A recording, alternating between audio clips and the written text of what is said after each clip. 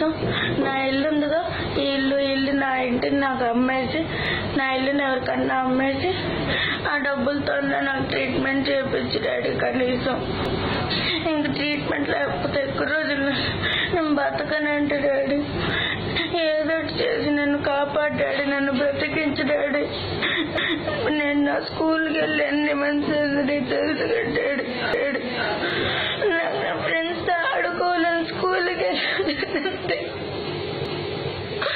దయచేసి నాకు ట్రీట్మెంట్ చేపిస్తే హ్యాపీగా నేను మళ్ళీ 10th క్లాస్ చదువుకుంటా, స్కూల్కి వెళ్తా.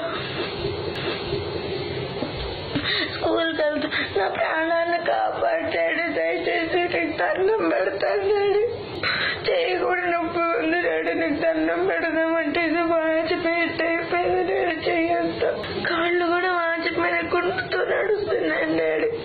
ఎప్పుడు నన్ను మీ అమ్మతో పోలుస్తావు కదా డాడీ, వెంకట సుబ్బమ్మ అంటావుగా.